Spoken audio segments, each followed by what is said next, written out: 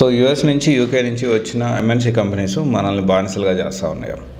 ఈరోజు దీని గురించి మనం మాట్లాడుకుందాము. సో ఎందుకు మాట్లాడుతున్నారంటే ఈ మధ్య రీసెంట్ డేస్లో లైక్ మైక్రోసాఫ్ట్ కానీ, లేకపోతే మెటా కానీ, లేకపోతే గూగుల్ కానీ, ఇలా పెద్ద పెద్ద కంపెనీస్ కూడా ఏఐతో మేము రీప్లేస్ చేస్తున్నాము. And at the same time మేము టెర్మినేషన్ చేయడానికి రెడీగా ఉన్నాము. And at the same time కొంతమందిని అక్కడ పింక్ స్లిప్స్ ఇచ్చి చాలా మర్యాదపూర్వకంగా వాళ్ళతో బేరసారాలు ఆడుతూ ఉన్నారు. వెన్ ఇట్ కమ్స్ టు దానికి సంబంధించి ఇది జరుగుతుంది ప్రజెంట్ యుఎస్ మల్టిపుల్ వేరే వేరే కంపెనీస్లో.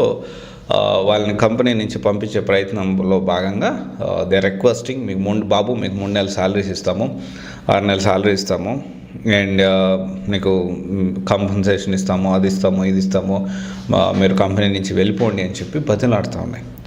సో అదే ఇది ఇక్కడ జరుగుతూ ఉంది. ఇక్కడ మన ఇండియాకి సంబంధించి సిచ్యువేషన్ ఎలా ఉంది, అండ్ నేను ఎందుకని యుఎస్ యూకే నుంచి వచ్చిన కొన్ని ఎంఎన్సీ కంపెనీస్ కాదు, ఆల్మోస్ట్ అన్ని కంపెనీస్ బానిసలుగా మనల్ని చూస్తూ ఉన్నాయా? చాలామంది అనుకోవచ్చు ఇక్కడ ఫస్ట్ ఆఫ్ ఆల్ మనకి ఇక్కడ వర్కింగ్ కండిషన్స్, లేకపోతే మనకి ఇక్కడ ఇక్కడ ఏదైతే లేబర్ లా ఏదైతే ఉందో దాని గురించి ఒకసారి మనం తెలుసుకుంటే మన రైట్స్ తెలుసుకుందాము. Right to work for once choice, మనకి నచ్చినట్టు మన చాయిస్ బట్టి వర్క్ చేయొచ్చు. రైట్ టు అగైనెస్ట్ డిస్క్రిమినేషన్, అంటే డిస్క్రిమినేషన్ జరగకూడదు.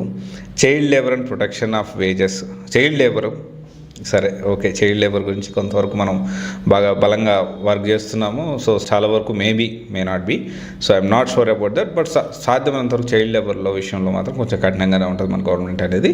ప్రొటెక్షన్ ఆఫ్ వేజెస్ అంటే ఇచ్చే కూలీలు, అంటే ఇచ్చే డబ్బులు.